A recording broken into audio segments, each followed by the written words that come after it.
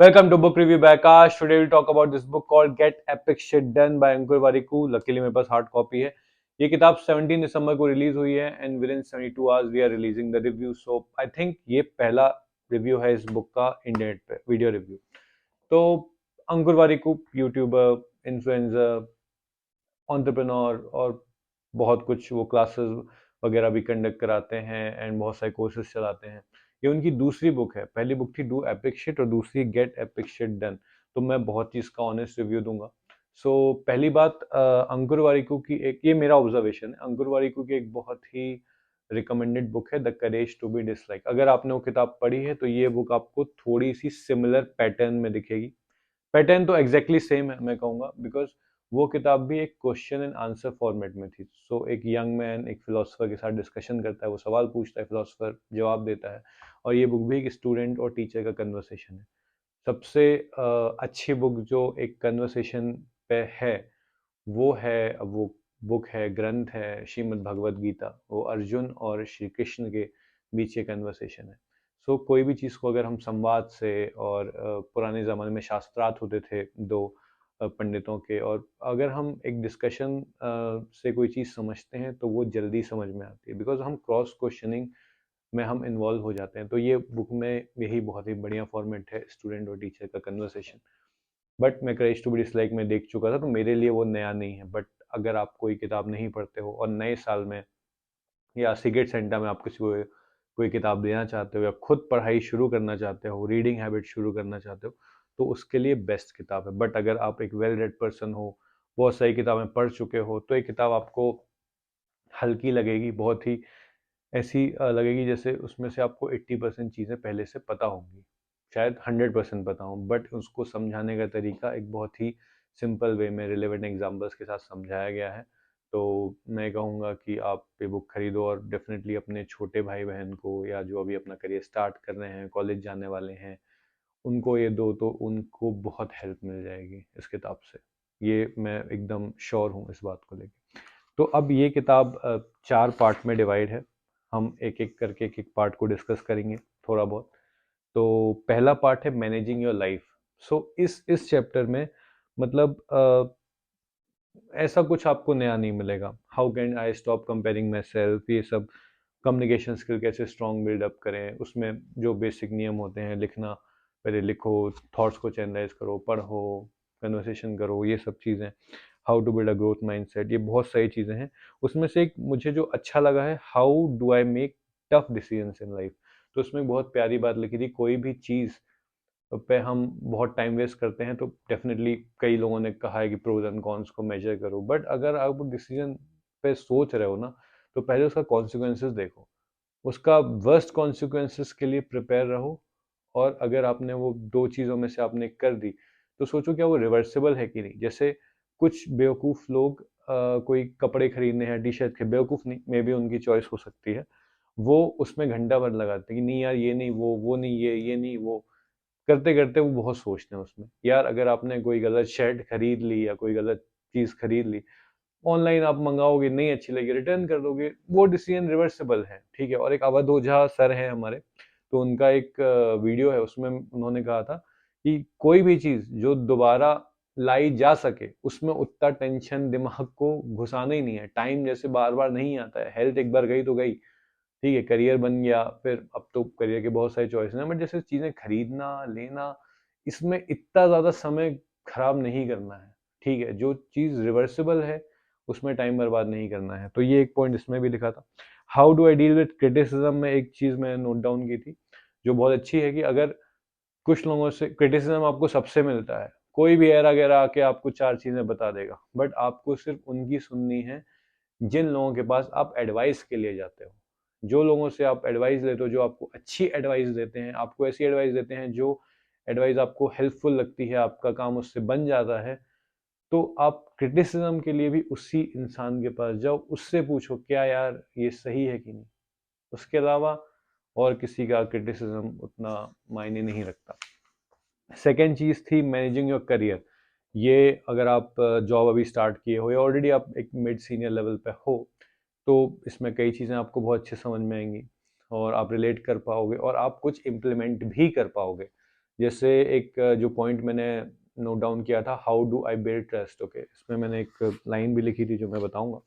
सो इसमें एक एग्जांपल था कि अगर मैं कोई कंपनी ज्वाइन की है, नया नया मैंने कुछ काम किया है, मैंने अपने बॉस को दिया, उसने उसमें 4 गलतियां निकाली, बोली ये इसको सुधार दो, मैंने परफेक्टली वो सब सुधारी, फिर दे दी, नया हूँ, दूसरी बार हुआ, तीसरी बार हुआ, चौथी बार हुआ, और फिर एक पैटर्न बन गया कि भाई गलतियां हैं, बट जब तुम बताते हो तो मैं तुरंत उसको परफेक्टली सुधार के देता हूँ। मैं तो खुश हूँ अंदर से कि नहीं यार, वो जो बोलते तुरंत मैंने कर दिया, वो हो गया, बट समहाउ उसके दिमाग में रहता है यार ये पहली बार इसमें कोई काम सही होता नहीं है, या फिर इसके काम को रिव्यू करना पड़ेगा, इसके काम के रिव्यू के लिए समय निकालना पड़ेगा।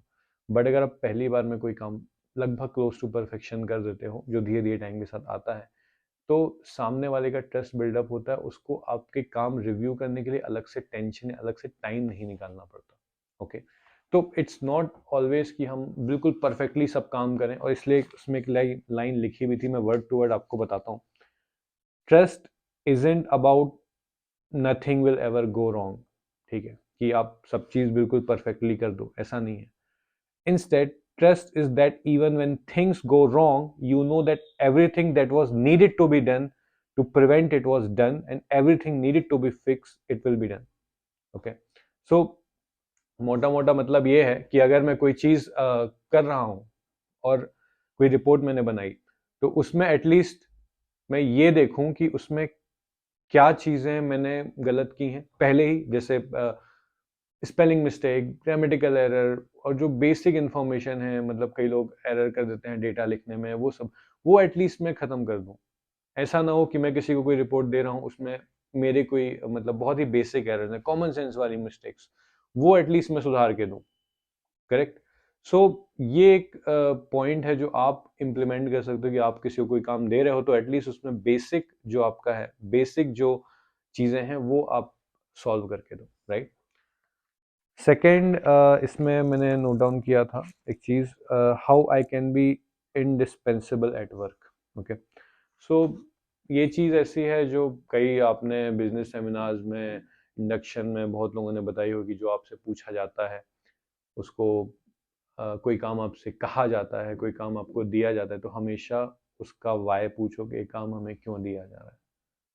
आप हो सकता है नए नए आए हो, आप वाय पूछोगे, आपका मैनेजर आपको एक मतलब 4 बातें सुना देगी, भाई मुझे क्या पूछ रहा है, बट कई मैनेजर्स बहुत अच्छे होते हैं, वो बताते हैं काम देने से पहले, यार इस काम का आउटपुट मैं ये एक्सपेक्ट कर रहा हूँ, ये जो तू बना रहा है, नंबर्स है, रिपोर्ट बना रहा है, या जो तू काम कर रहा है, इसका आउटपुट ये होगा, इसको मैं ऐसे यूज करने वाला हूँ। If you know why of it, definitely आपको काम करने में आसानी होगी। और एट द सेम टाइम, अगर आप कोई पीपल मैनेजर हो, तो आप जब काम किसी को देते हो, तो एटलीस्ट आप उसका वाई बताओ सामने वाले को कि ये काम मैं तुझसे क्यों चाहता हूँ, मैं तुझे कल ऑफिस जल्दी क्यों बुला रहा हूँ, मैं तुझे इस मीटिंग में लेके क्यों जा रहा हूँ। Correct.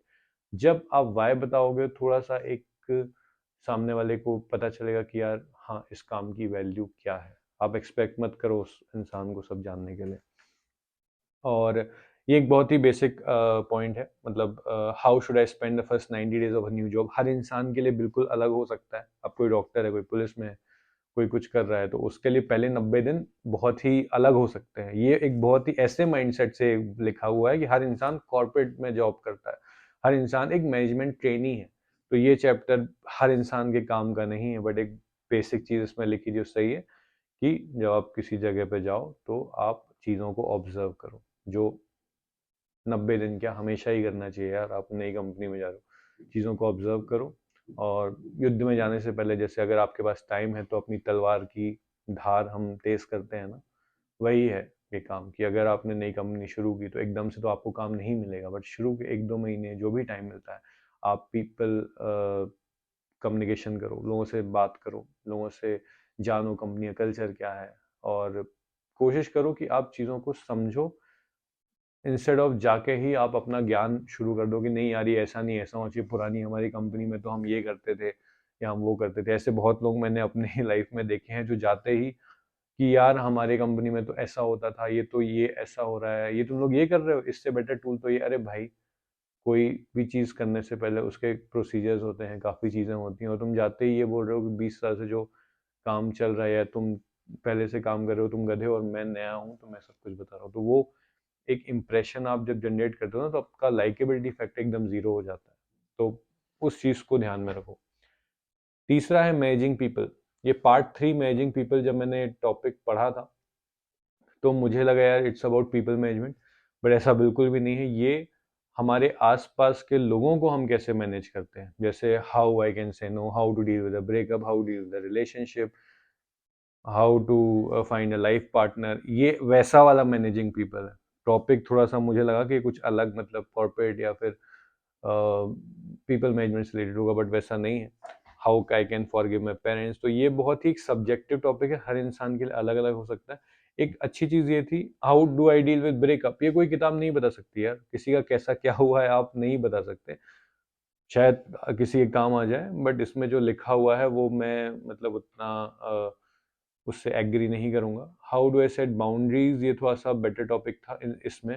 How do I set boundaries means कि मतलब यार आप अपने दोस्तों से, अपने पेरेंट्स से एक बाउंड्री आप डिफाइन करो कि बॉस इससे आगे आपको नहीं बढ़ना है।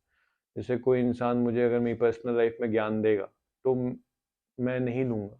जैसे कुछ बोलते हैं यार ये कर लो, अरे तूने ऐसा क्यों किया, अरे तू ये क्यों खा रहे, क्यों पी रहे, इट्स बुलशिट, राइट। मैं क्या कर रहा हूँ अपनी पर्सनल लाइफ में, इससे तुम्हारा कोई भी लेना देना नहीं है, राइट। सो एक क्लियर सेट ऑफ बाउंड्रीज आप डिफाइन करो। जैसे 10 बजे के बाद कोई मुझे कॉल मत करो, मुझे डायरेक्टली वीडियो कॉल मत करो, एटलीस्ट मुझसे पूछो क्या मैं उस कंडीशन में हूँ कॉल उठाने के, राइट। क्या मैं मतलब अगर ऑफिस डेज में आपका कॉल कर रहे हो तो अंधाधुंध कॉल किए मत जाओ, एक मैसेज करो कि boss are you free, can I call. Basic etiquettes हैं यार, हम लोग जॉब करते हैं या हम वीकडेज में हमारे काम में होते हैं, कुछ ना कुछ कर रहे होते हैं, आप अचानक से किसी को वीडियो कॉल नहीं करते, ये बहुत ही गंदी आदत है लोगों की। और अब जब टेक्नोलॉजी इतनी हो गई, हाँ मेरी मम्मी मेरे भाई बहन मुझे कभी भी करते हैं, कर सकते हैं, but and there are few friends, but ये एक बाउंड्रीज है, आप जो क्लियरली कम्युनिकेट कर सकते हो, भाई इतने बजे के बाद कॉल मत करो अगर बहुत ज़रूरी ना हो तो, इतने बजे के बाद टेक्स्ट मत करो अगर ज़रूरी ना हो तो। लोग 12-1 बजे टेक्स्ट कर देते हैं, यार मुझे ये पूछना था एक कंपनी में ओपनिंग है क्या, भाई 12 बजे तो पूछ रहा है, 1 बजे पूछ रहा है। आई हैव एग्जाम्पल, लिंक्डइन में किसी ने मुझे 12:30-1 बजे रीच आउट किया था, रेज्यूम भेज रहा था मुझे बंदा, and he was asking for my number, so notification on था and then I saw the message, then ये अनप्रोफेशनल है, ठीक है। अगली चीज़ है managing yourself. Okay, so part 4 जो मैनेजिंग योरसेल्फ था वो मैनेजिंग योर लाइफ के साथ कंबाइन किया जा सकता था। उसको मुझे लगता है कंफ्यूज करने के लिए पहले मैनेजिंग योर लाइफ, फिर करियर, फिर पीपल, फिर योरसेल्फ। ये सारे चैप्टर इंडिविजुअली बहुत बढ़िया है, कैटेगराइजेशन शायद मेरी जो लिमिटेड समझ है उसके हिसाब से थोड़ा सा मुझे कंफ्यूजिंग लगा। सो इसमें काफ़ी अच्छे अच्छे पॉइंट्स हैं, how do I develop patience, how can I have a slip routine, routine ये सबके लिए अलग हो सकता है। How do I build good habits, 7 page में चीज़ खत्म हो गई है, एक पूरी किताब है एटॉमिक हैबिट। सो आप वो पढ़ो अगर आपको वाकई में अच्छी हैबिट्स आपको डेवलप करनी है। And how do I manage my anger, ये भी बहुत सब्जेक्टिव टॉपिक है, बट कुछ पॉइंट्स उसमें अच्छे लिखे थे। और कई बार वो सबके लिए काम नहीं करते कि आप 10 तक गिनो और आपका एंगर चला जाए, ऐसा नहीं होता है। अगर कोई चीज़ आपको डीप डाउन परेशान कर रही है, इसमें बट एक अच्छी बात भी लिखी थी, उसकी लेयरिंग करो कि यार ये एंगर मुझे मतलब ये क्यों हो रहा है। जैसे कई बार क्या होता है कि किसी ने गाड़ी भेड़ दी मेरी, आप निकल के चिल्लाने लग गए, क्यों, हमारे डीप डाउन हमारी जो माइंड सेट ये है कि यार बचपन में हमने कब तोड़ा था, तो मम्मी 4 झापड़ मारे थे। कोई भी चीज़ तोड़ना, गलती करना एक गुस्सा जनरेट करता है। और कई बार हम किसी इंसान पे बहुत गुस्सा होते हैं। मैंने एक इंसान को एक एग्जांपल दिया था कि अगर किसी ने आपका दिल तोड़ दिया, किसी ने आपको मतलब धोखा दे दिया, तो आप उस इंसान पे गुस्सा नहीं होते हो, आप अपने आप पे गुस्सा होते हो कि हम यार इतने बड़े वाले बेवकूफ़, एक अच्छा शब्द, हम इतने स्टूपिड कैसे हो गए, हम इतने सी कैसे हो गए कि यार ये मैं तो उसका मैं अच्छा सोचा था बट इसने मेरा ये कर दिया। तो हमको अपनी स्टूपिडिटी पे ज़्यादा गुस्सा आता है, उस इंसान पे कम, अपनी बेवकूफ़ी पे ज़्यादा। और how can I become best friend, ये मेरा बेस्ट मतलब मैं इसको बेस्ट चैप्टर कहूँगा इस बुक का, how can I become my best friend.